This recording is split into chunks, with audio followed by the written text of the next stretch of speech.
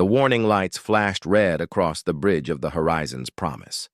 Captain Day Wan stood at the center of the command deck, his eyes fixed on the main screen. Something was out there in the darkness of space, and it was dying. "Captain, we're picking up a distress signal," said Hia Jin from her station. She was his tactical officer, and her voice carried worry. "It's not human. Not any language in our database." Daewon moved closer to look at her screen. The signal pattern was strange, pulsing with an urgency that needed no translation. Something alive was calling for help. "Where is it coming from?" he asked. Hyojin's fingers danced across her console. "Inside the Vorthon Nebula, sir, about 3 kilometers into the quantum distortion field." The bridge went quiet. Everyone knew what that meant. The Vorthon Nebula was dangerous, filled with unstable quantum pockets that could tear a ship apart. Space itself twisted and broke in there, and many ships had vanished trying to cross it. "We should report this to command and move on," Hyojin said carefully. "Going in there could destroy us." Daewon understood her concern. It was the safe choice, the smart choice. But he looked at that distress signal, still pulsing desperately, and thought about whoever was trapped inside that nightmare of broken space. "How long does that ship have?" he asked. The science officer checked his readings. "The quantum field is collapsing around them. Maybe 2 hours before it crushes their vessel completely." 2 hours. Not enough time for help to arrive from anywhere else. If the Horizon's Promise left now, whoever sent that signal would die alone in the dark. "Min Seo," Daewon called to his chief engineer. "Can we survive going in there?" Min Seo was a small woman with sharp eyes and even sharper instincts about machines. She studied the readings for a long minute before speaking. "Maybe," she said. "I can modify our shields to handle the quantum stress. It won't be comfortable, and we'll only have one shot at this. If we go in, we have to get them and get out fast." Daewon looked around at his crew. They all knew the risk. They could die trying to save strangers they had never met and might never understand. But he saw something in their faces that made him proud to be human. They wanted to try. "Prepare for rescue operations," he ordered. "Min Seo, get those shields ready. Hey Jin, plot us the safest course you can find. Everyone else, secure for extreme conditions." The next 20 minutes were tense, as Min Seo worked her magic on the ship's systems. The shields hummed with new configurations, adapted to push back against the quantum chaos ahead. Hyojin mapped a path that curved through the least dangerous areas, though calling any part of that space safe was generous. "Ready, Captain," Min Seo finally announced. "Take us in," Daewon commanded. The Horizon's Promise moved forward into the nebula.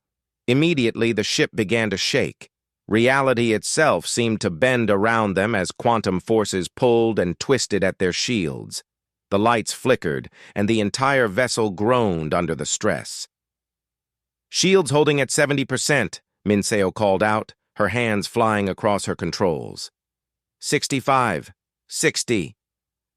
Through the viewport, Daewon could see space doing impossible things. Stars stretched into lines, then spiraled into points. Colors that shouldn't exist painted the darkness. "There," Heejin pointed at the screen. "I see the ship." It was unlike anything Daewon had ever seen. The vessel was sleek and crystalline, beautiful even in its damaged state. But it was caught in a pocket of collapsing quantum space, trapped like an insect in amber. "Min Seo, can you stabilize that field?" Daewon asked. "I'll try," she said. Her voice was tight with concentration. "Redirecting power from weapons to the deflector array. This is going to drain us, Captain." "Do it." A beam of energy shot from the Horizon's Promise, hitting the quantum pocket. For a moment, nothing happened. Then slowly, impossibly, the collapsing field began to stabilize. The crystalline ship stopped shaking. "It's working," Min Seo shouted. "But we only have a few minutes before our power runs out." "Ye Jin, Get a tractor beam on that ship, Daewon ordered. The tractor beam locked onto the alien vessel and began pulling it free. The quantum field fought back, trying to keep its prey. The Horizon's promise shook even harder, and alarms screamed across every console. "Shields at 40%, Minseo warned. 35. Captain, we need to leave now." "Not without them," Daewon said firmly. "Hold together, girl. Just a little longer." With a final surge of power, the crystalline ship broke free from the quantum pocket. The moment it cleared the field, Daewon gave the order. "Full reverse! Get us out of here!" The Horizon's promise turned and ran, dragging the rescued ship behind it. The quantum chaos chased them, reaching out with invisible hands to pull them back. But Minseo squeezed every bit of power from the engines, and meter by meter they pulled away. Finally, they broke free into normal space. The shaking stopped. The alarms went silent. The crew let out a collective breath they hadn't realized they were holding. "Status?" Daewon asked. "Shields are at 15%, but holding," Minseo reported. "We're safe." "What about the other ship?" "Scanning now," Hyejin said. "Their hull is breached in multiple places. I'm reading 3 life signs, but they're weak." "Bring them aboard," Daewon ordered. "Medical team to the docking bay." As the alien survivors were brought onto the Horizon's promise, Daewon got his first look at them. They were tall and slender, with skin that seemed to shimmer with inner light.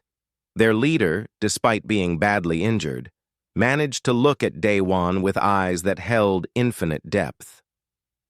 "Thank you," the alien said in broken English, clearly using a translator. "I am Velthar. You risked everything for strangers." "That's what humans do," Daewon replied simply. Velthar reached into his uniform and pulled out a small crystalline object, no bigger than a coin. With trembling hands, he pressed it into Daewon's palm. "A beacon of friendship," Velthar whispered before the medical team took him away. "We will remember." Daewon looked down at the crystal in his hand, then back at his crew. They had risked their ship and their lives for 3 aliens they didn't know. It seemed like a small thing, one rescue among millions happening across the galaxy. He had no idea that this simple act of kindness would one day shake the foundations of known space. 8 years had passed since that day in the nebula. Captain Daewon was captain no more. He had retired from space exploration and now lived on New Busan, a human colony world covered in golden fields of wheat and rice. His days of adventure were over, replaced by the peaceful work of managing agricultural distribution. His office overlooked the main settlement, where thousands of humans had built homes under an orange sky. On his desk, among reports and data pads, sat a small crystalline object. The gift from Velthar had become just another decoration, its purpose forgotten in the routine of daily life. Daewon was reviewing harvest reports when his assistant burst through the door, her face pale. "Turn on the news," she said urgently. "Right now!" He activated the wall screen, and his blood went cold. The Galactic Council was broadcasting an emergency session. A human diplomat stood before hundreds of alien representatives, and she looked terrified. "The Crithian Dominion has declared war on humanity," the news anchor explained. "The Crithians claim we have violated territorial boundaries and refuse all attempts at negotiation. Their battle fleets are already moving toward our colonies." Daewon sat down heavily. The Crithians. He knew about them. Everyone did. They were one of the most powerful military forces in the galaxy, conquerors who had crushed a dozen civilizations. Their technology was centuries ahead of humanity's. The screen shifted to show Ambassador Jiwoo, humanity's representative to the Galactic Council. She was speaking passionately, begging the other species for help. "We seek only peace," Jiwoo said. "Humanity has done nothing to provoke this attack. We ask our galactic neighbors to stand with us against this aggression." The camera panned across the council chamber. Alien faces looked away. No one spoke. No one offered help. The silence was damning. An elderly alien delegate finally stood. "We sympathize with humanity's plight," he said without emotion. "But the Crithian Dominion is powerful. To oppose them would bring their wrath upon us all. The Council cannot intervene." Daewon watched Jiwoo's face fall. She had expected this, he realized. Humanity was alone. Over the next week, the news grew worse. The Crithian fleet was massive, hundreds of warships moving in perfect formation. Humanity's defensive fleet gathered at the border systems, but everyone knew the truth.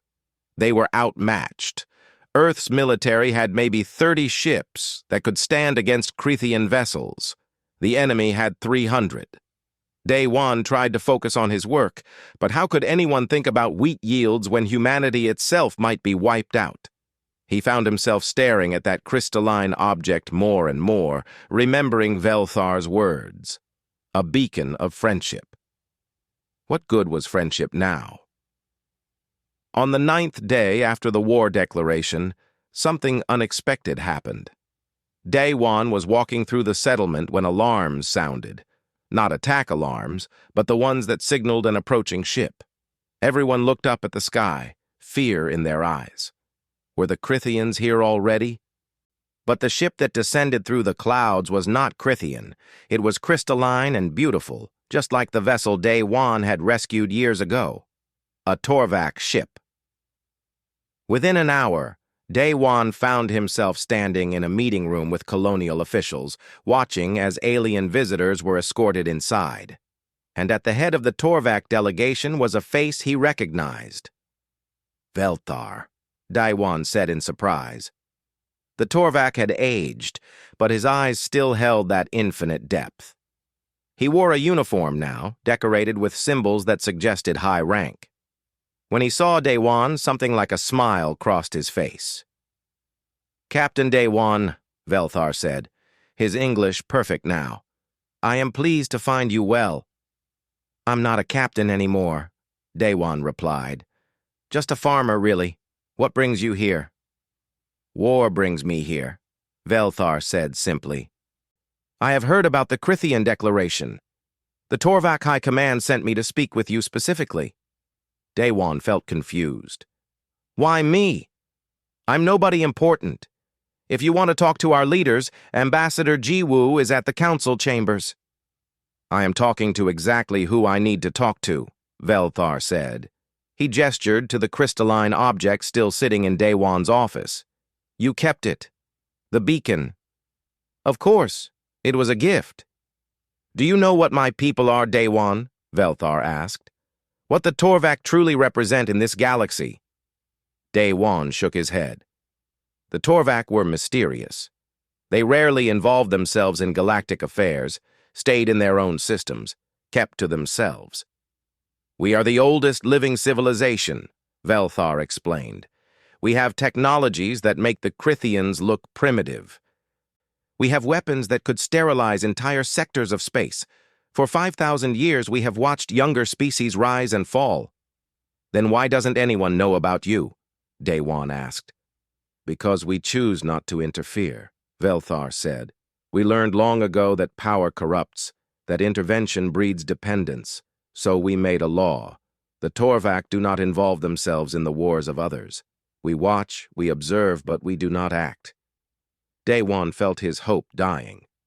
"Then why are you here?" "Because 8 years ago a human captain risked his ship and crew to save 3 Torvak lives," Velthar said quietly. "You had no obligation to help us. You gained nothing from it. You did it simply because it was right." "Anyone would have done the same." "No," Velthar said firmly. "Most species would have calculated the risk and left us to die. But humans are different. In the years since you saved us, the Torvak have been watching your species carefully. We have seen you share technology with weaker civilizations. We have seen you take in refugees from failing worlds. We have seen you choose compassion over profit again and again." "That doesn't change your law," Daewon said. "You said you don't interfere." "The Torvak High Command is meeting now to debate that very point," Velthar replied. I have been sent to bring you to our homeworld. You, Ambassador Jiwoo, and your highest military commander. The Conclave wishes to hear humanity's case. Will they help us? Velthar's expression was unreadable. I do not know. I can promise nothing except this. I will argue for you. I will remind the Conclave that the Torvak honor their debts, and we owe humanity a debt of life. Daewon looked at the crystalline beacon on his desk. Such a small thing. He had almost thrown it away a dozen times, almost left it behind when he moved to New Busan. Now it might be humanity's only hope. When do we leave? He asked. Within the hour, Velthar said. The Krithian fleet will reach human space in 3 weeks. If the Conclave decides to help, we must move quickly. As Daewon gathered his things, he thought about that day in the nebula. He had saved 3 lives and thought nothing more of it. Now the fate of billions might rest on that single act of kindness. He picked up the crystalline beacon and held it to the light. It pulsed with a soft glow as if it had been waiting all these years for this moment. I hope friendship is enough, he whispered. The Torvak homeworld of Keltarath was beyond anything Daewon had imagined. The entire planet seemed to be made of crystal, great towers rising from the surface, like frozen music. Light moved through everything, refracting and reflecting until the world itself seemed alive with color. Ambassador Jiwoo stood beside him on the landing platform, her diplomatic robes flowing in the gentle breeze. On his other side was Commander Sung Ho, the head of humanity's defense fleet. The military man looked uncomfortable in formal dress, clearly wishing he was back with his ships. Remember, Jiwoo whispered, let me do most of the talking. The Torvak value careful words over emotional appeals. They value honor, Velthar corrected gently, approaching them. And today, honor will be tested. He led them through corridors that seemed to shift and change, geometry that hurt to look at too directly. Finally, they emerged into a vast chamber. Hundreds of Torvak sat in circular tiers, all focused on a central platform where the 3 humans now stood. At the highest point sat an ancient Torvak female, her crystalline skin dimmed with age, but her eyes sharp as diamonds. This was matriarch Telanya, the leader of the Torvak conclave. Humans, her voice echoed through the chamber, carried by technology Daewon couldn't understand. You stand before the oldest civilization in this galaxy. Speak, and tell us why the Torvak should break 5,000 years of neutrality for your species. Jiwoo stepped forward, her voice steady despite the weight of the moment. Honored matriarch, honored conclave, humanity faces extinction. The Krithian dominion attacks us without cause, without warning, and without mercy. We have done nothing to deserve this war except exist in space they wish to claim. Many species have faced extinction, another Torvak said coldly. Why should your fate concern us? Because we saved 3 Torvak lives when we had no reason to, Jiwoo replied.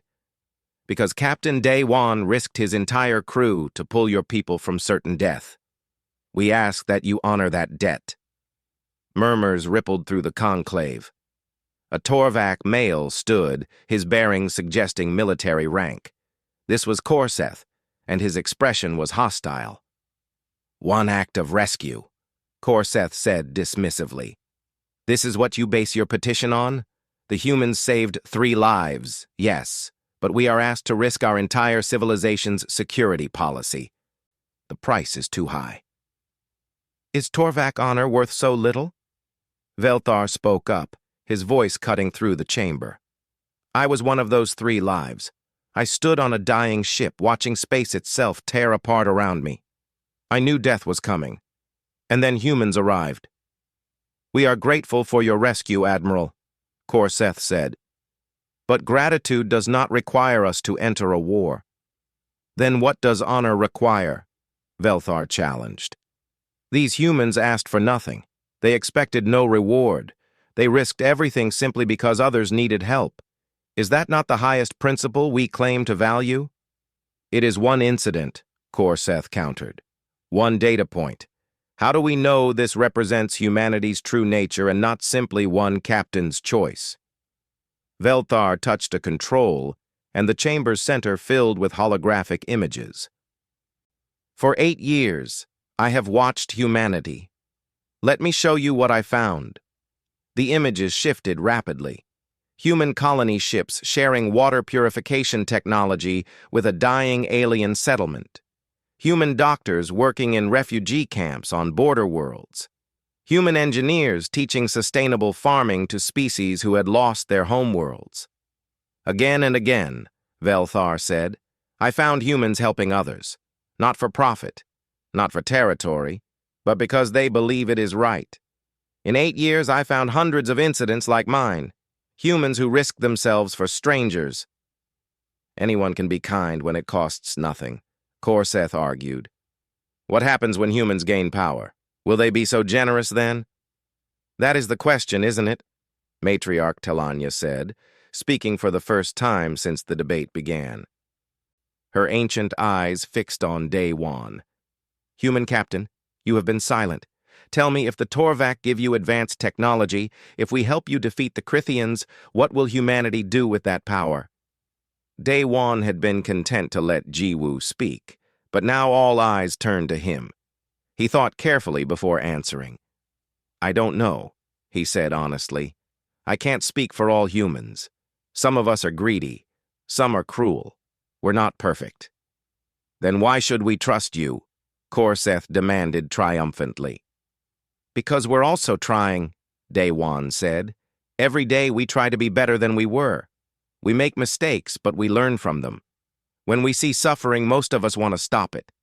When we see injustice, most of us want to fix it. Maybe that's not enough for you, but it's what we are. Sung Ho spoke up, his soldier's voice rough but sincere. I command humanity's fleet. I know we can't beat the Krithians alone. But I also know my people will fight anyway. We'll die trying to protect our worlds. We won't surrender. We won't beg. If you choose not to help us, we understand. But know that we'll face the darkness on our feet, not on our knees. Silence filled the chamber. The Torvak conclave seemed to be communicating through methods beyond human understanding, silent conversations passing through looks and subtle gestures. Finally, Matriarch Telanya stood. The conclave will vote. But first, I will speak my mind. I am 5,000 years old. I have watched civilizations rise and fall like waves on a shore. I have seen species gain power and become tyrants. I have seen others blessed with strength and use it to spread only death. She looked directly at Day-Wan. But I have rarely seen what you showed, Admiral Velthar. Compassion without calculation. Sacrifice without expectation. These are qualities so rare that when they appear, they must be preserved, not abandoned. You would risk our security for sentiment? Korseth asked, shocked. I would risk our security for hope, Telanya corrected. What is the point of our power if we never use it for good? What is the point of our honor if we abandon those who embody the very principles we claim to hold sacred? She raised her hand, and light flowed from her crystalline palm. I vote to help humanity.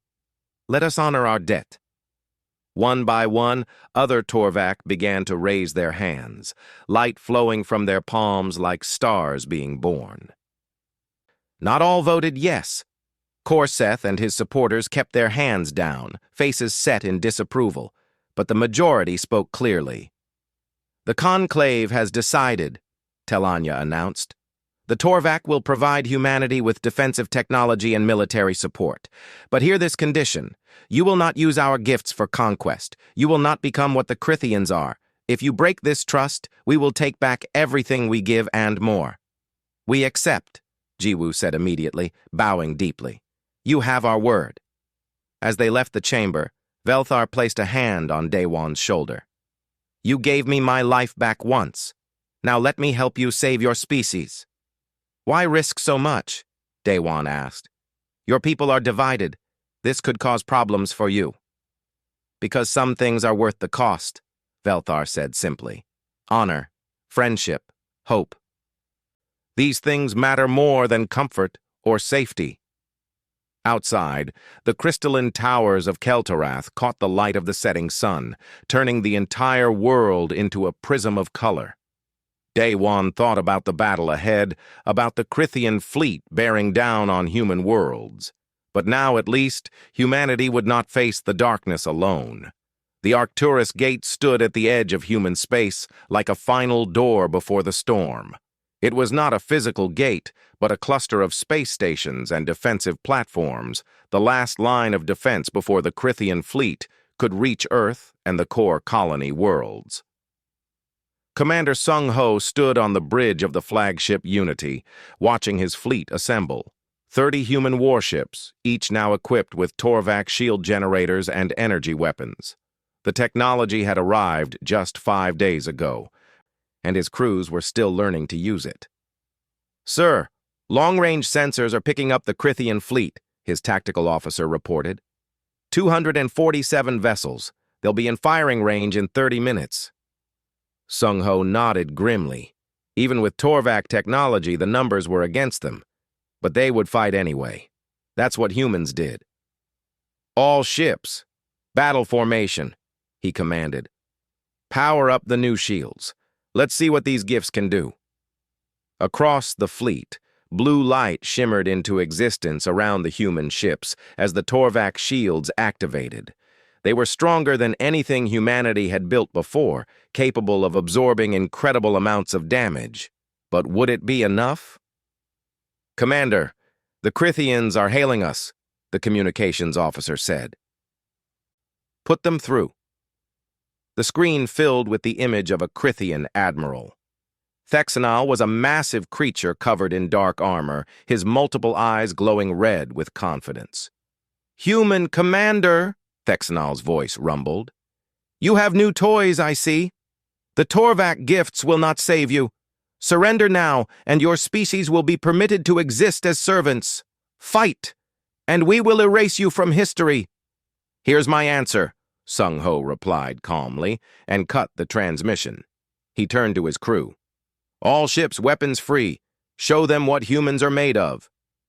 The Crithian fleet arrived like a dark tide, their ships blocky and brutal, designed for nothing but war. They had conquered dozens of species with those vessels. They expected to conquer humanity too. The first volley of Crithian fire lit up space with deadly light. Missiles and energy beams hammered into the human defensive line, but the Torvac shields held, absorbing impacts that should have torn the ships apart. "Return fire!" Sung Ho ordered. The human fleet responded with their new weapons. Beams of pure energy gifted by Torvac engineers lanced out across the darkness.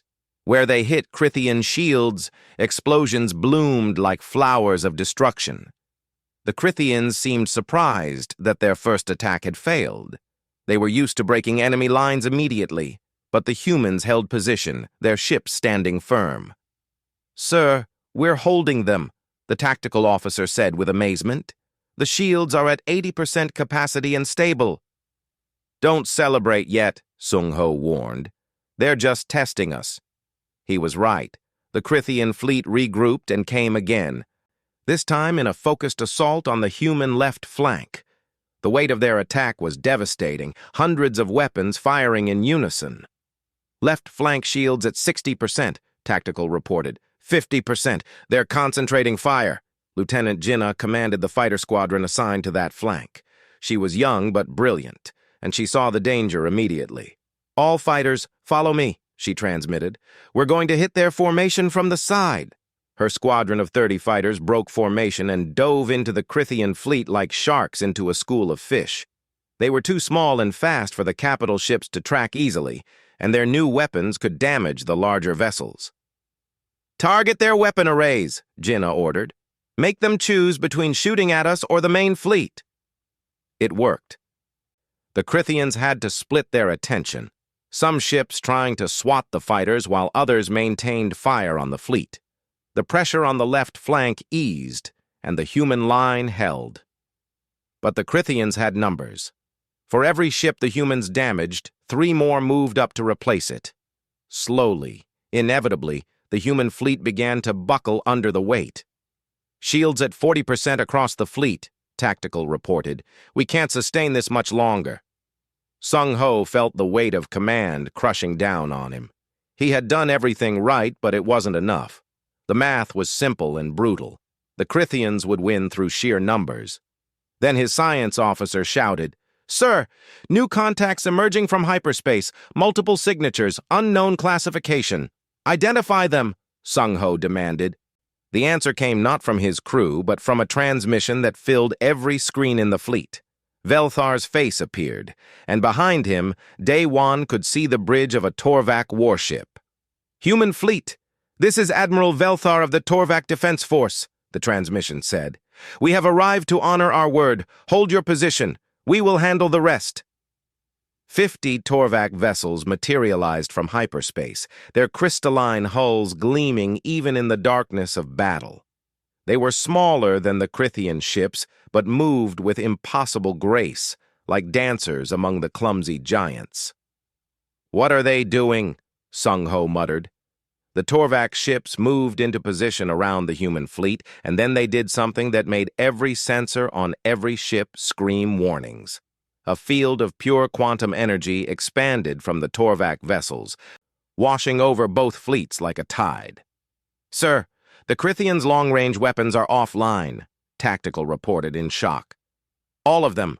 The quantum field is disrupting their targeting systems." Thexnel's face appeared on screen again, but now he looked furious instead of confident. "What is this? What are you doing?" "Leveling the playing field," Velthar replied calmly. "The Torvak will not fight your war for the humans, Crithian.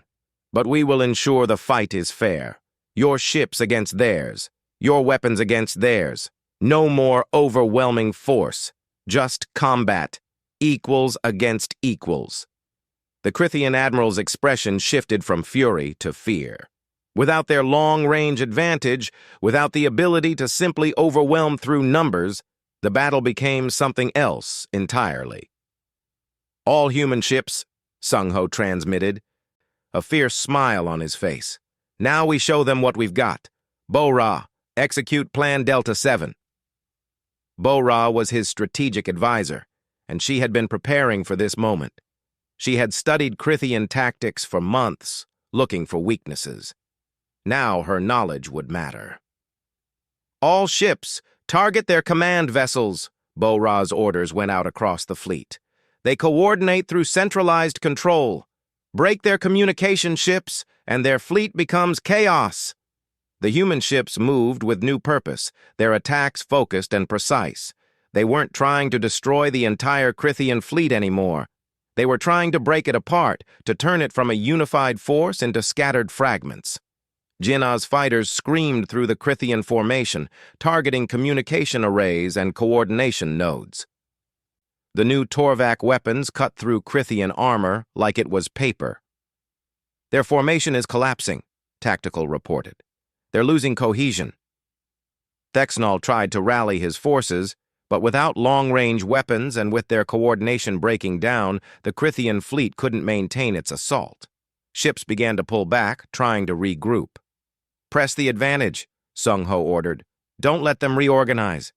The human fleet pushed forward, and the Crithians, who had never known defeat, discovered what it felt like to be on the losing side. Their mighty warships, built to crush worlds, fell back before human determination and Torvak honor. Finally, Thexnel made the only choice left to him. "Crithian fleet, withdraw. All ships, retreat to hyperspace." The Crithian vessels turned and fled, their dark hulls vanishing into the light of hyperspace jumps. The Battle of Arcturus Gate was over. A cheer erupted across every human ship. They had won. Against impossible odds, against a force that had conquered dozens of worlds, humanity had stood firm and driven them back. Sung Ho opened a channel to Velthar's ship. "Thank you. Without your help, we would have lost." "You would have fought anyway," Velthar replied. That is why we helped. The Torvak did not win this battle, Commander. We simply ensured it was fought fairly. The victory belongs to humanity. As the human fleet regrouped, treating wounded and repairing damage, word of the battle spread across the galaxy. The Crithian Dominion, undefeated for a century, had been turned back by a species everyone had considered weak. The galaxy was beginning to see humanity differently, and in the Torvak conclave, even Korseth had to admit that perhaps, just perhaps, they had backed the right species. 6 months after the Battle of Arcturus Gate, the war was over. The Crithian Dominion, having suffered 2 more defeats at human hands, sued for peace. The negotiations were surprisingly brief. The Crithians simply wanted to end the conflict and return to their space. Now, Ambassador Jiwoo stood before the Galactic Council once again. But this time, the chamber felt different. Where before she had begged for help to silent indifference, now hundreds of alien species watched her with respect and curiosity. The Council recognizes Ambassador Jiwoo of humanity, the Council speaker announced. Jiwoo had prepared a speech about peace and cooperation. But standing there looking at the faces that had abandoned her species when they needed help most, she decided to speak from the heart instead. 6 months ago, I stood here and asked for help, she said simply. None of you answered. My species faced extinction, and you chose to look away. The chamber shifted uncomfortably. Several delegates had the grace to look ashamed. I don't say this to blame you, Jiwoo continued. Fear is a powerful force. The Crithians scared you, and I understand that. But I want you to remember this moment. Remember that when it mattered most, only one species stood with humanity. The Torvak, who owed us nothing but a debt of honor, risked their neutrality to help us. That is the kind of ally that matters. She paused, letting her words sink in. Humanity survived. We won. And now dozens of you want to establish diplomatic relations with us, to trade with us, to be our friends. Where were you when we were dying? A brave delegate stood up, an insect-like creature from the Vertex Collective. We were wrong. We let fear control us. But surely you understand, Ambassador. The Crithians have crushed so many species. We thought they would crush you too. Then you don't understand humans, Jiwoo replied. We don't measure our chances before we decide to fight for what's right.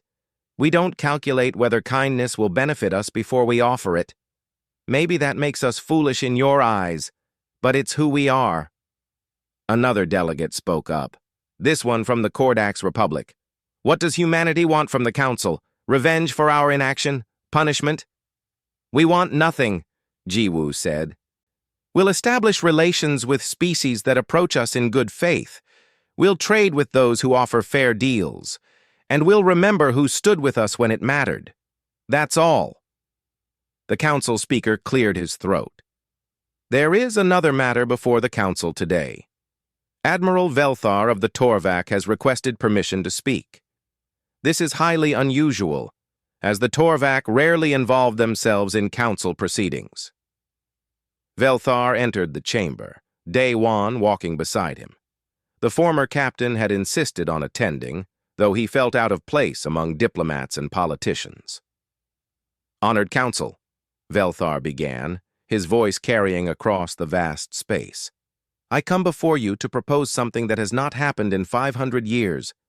I propose that humanity be granted a seat on this council. The chamber erupted in shocked voices, species shouting objections, others expressing support, chaos spreading like wildfire. Order, the speaker demanded. This is unprecedented. Humanity is young, barely established. They have been spacefaring for less than 200 years. Age does not determine worth, Velthar countered. The Council has species that are thousands of years old, and yet they hide when danger approaches. Humanity has been in space for a fraction of that time, and they stood against the greatest military power in this sector. They had your help, someone shouted from the crowd. They had our help leveling the playing field, Velthar corrected. The Torvak did not fight their war for them. We merely ensured fairness. The victory was theirs. Korseth, the Torvak who had opposed helping humanity, stood up. Everyone in the chamber held their breath, expecting him to argue against Velthar's proposal. I voted against helping the humans, Korseth said bluntly. I believed they were not worth the risk to Torvak's security. I was wrong. The chamber fell silent in shock. For 8 years, at Admiral Velthar's request, I supervised observation of humanity, Korseth continued. I looked for evidence that they were like other young species, greedy, aggressive, short-sighted. Instead, I found something else. He activated a holographic display. Images filled the chamber. Human colony ships sharing water purification technology with desperate alien refugees. Human doctors working in disaster zones on worlds that weren't their own. Human engineers teaching sustainable farming to species whose worlds had been devastated by war. Again and again, Korseth said, I found humans helping others, not for territory, not for resources, not even for gratitude. They helped because they believed it was the right thing to do. He looked directly at the council. This council talks about unity and cooperation, but when was the last time any of us actually sacrificed for another species? When did we last risk our own security to save strangers? The humans do this constantly. They do it without thinking. It is simply their nature. One species being generous doesn't mean they deserve a council seat, a delegate argued. You're right, Velthar agreed. But there's something else you should know. He pulled out the crystalline data node, the one he had given to Day One 8 years ago. He activated it, and new images appeared. These were recordings from the node itself, captured over 8 years of sitting on Day One's desk. The council watched as Day One dealt with refugees arriving at New Busan. He could have turned them away. The colony had limited resources. Instead, he had found homes for them and shared their food stores. They watched as he mediated a dispute between human settlers and a group of alien traders, finding a compromise that satisfied both sides when he could have simply favored his own people. They watched hundreds of small moments of kindness and fairness recorded by the beacon that had sat unnoticed on his desk. The beacon was a test, Velthar admitted. I gave it to Captain Day One 8 years ago, and it recorded everything it saw. I wanted to know if his act of saving us was an exception or an example. Now you know the answer. Day One looked shocked. You were spying on me? I was verifying humanity's character, Velthar said without apology. Forgive me, old friend, but the stakes were too high to trust blindly. I needed proof that humanity deserved what I was willing to risk for them. Jiwoo's assistant, Tae Young, whispered in her ear, This is it. This is our chance. The council speaker called for order. A vote will be held, all in favor of granting humanity a seat on this council. Lights began appearing across the chamber as delegates voted. Not all voted yes. Many species still feared what humanity might become, still worried about the implications of giving such a young race a voice in galactic affairs. But enough voted yes. The Torvak vote carried immense weight, as did the votes of species who had seen human kindness firsthand. When the count finished, the result was clear. The motion passes, the speaker announced. Humanity is granted a seat on the Galactic Council. Jiwoo felt tears threatening but held them back. She bowed formally to the council. Humanity accepts this honor with humility. We promise to use our voice to advocate for peace, for justice, and for the protection of all sentient life. After the session ended, Daewon found himself alone with Velthar in a quiet corridor. Why did you do all this? Daewon asked. The Torvak could have stayed neutral. You could have watched from the sidelines like you always do. Because in 5,000 years, I have rarely seen something worth believing in, Velthar said quietly. My species has grown cynical, Day One. We have seen so many civilizations rise and fall, seen so much cruelty and greed, that we stopped believing anyone could be truly good. We retreated into our isolation and told ourselves it was wisdom. He placed a hand on Day One's shoulder. Then you came along. You risked your ship and crew to save 3 strangers you owed nothing to. And in 8 years of observation, you continued to be exactly who you were in that moment. No calculation, no corruption, just consistent, genuine compassion. I'm just one person, Daewon protested. No, Velthar said. You are an example of your species, and your species gives hope to an ancient race that had forgotten what hope felt like. That is worth more than any technology, any weapon, any strategic advantage. It is worth risking everything to preserve. Somewhere on the human colony of New Busan, Lieutenant So-hee was piloting a routine patrol when she picked up a distress signal. A small alien scout ship had suffered engine failure and was drifting into a dangerous asteroid field. Command, this is Patrol 7, she transmitted. I'm picking up a distress call, requesting permission to render assistance. Permission granted, came the response. Remember protocol. I remember, So-hee said, adjusting her course toward the stranded vessel. We don't leave anyone behind. As she moved to rescue strangers she had never met and might never see again, she had no idea that her action would be observed by alien scouts who would report back to their governments about human character.